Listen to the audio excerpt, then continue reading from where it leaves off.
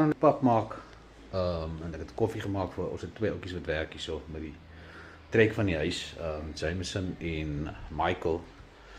En ag toe dink ek sommer aan en dit is seker maar 'n wit mens ding, maar in die verlede het ons mos maar altyd Jameson, how's my bro? There's your porridge. Okay, thank you. Daar's Jameson. Jameson say hi to the peoples. Hi, how are you? How's Mr. that? Pena is here, full time. Ons was maar altyd ek wil amper sê minderige goeie breekware uitgehou vir ons werknemers, né? Michael is daar buitekant. Jy weet jy het nou 'n bakkie uitgehou vir die huishulp en vir die tuinman en so aan. Ek dink net maar ons heel eers die Bybel sê jy moet jou naaste lief hê soos jouself, right? Nou okay, jou naaste, dis gewoonlik jou bure. Dit almal wat oor jou pad kom is jou naaste, né? En toe kom dit by my op, maar ons het nou partykeer het ons nou breekware vir gaste as hulle nou kom, jy weet spesiale voetjies wat ons net uithaal as die gaste kom. Maar dan sal ons nou minder goede gee vir die mense wat vir ons werk.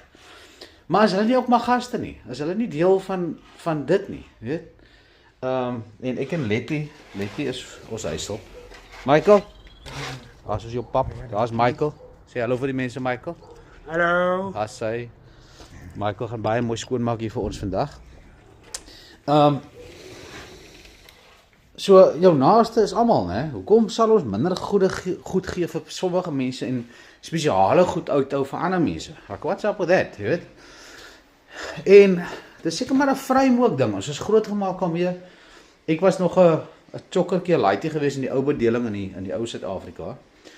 En baie keer is dit jy het gesien dis wat jou ouers doen en hulle het gesien dis wat hulle ouers doen. En gisteraand toe herinner iemand my aan hierdie storie van ek dink is 'n meatloaf het hulle gesê waar die vroutjie sy maak die meatloaf en dan sny sy die ente af, hè?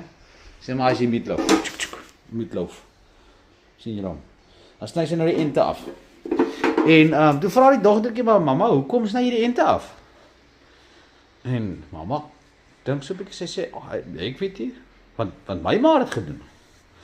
En so wonder sy nou maar hoekom. En sy gaan vra toe nou op die ouen van ma, hoekom sny jy die ente af? En sy sê nee, haar ma het dit gedoen. Gelukkig ouma Grootjie lewe nog. So toe gaan vra hulle nou vir ouma Grootjie, maar ouma Grootjie, ons het nou gesien jy sny die ente af.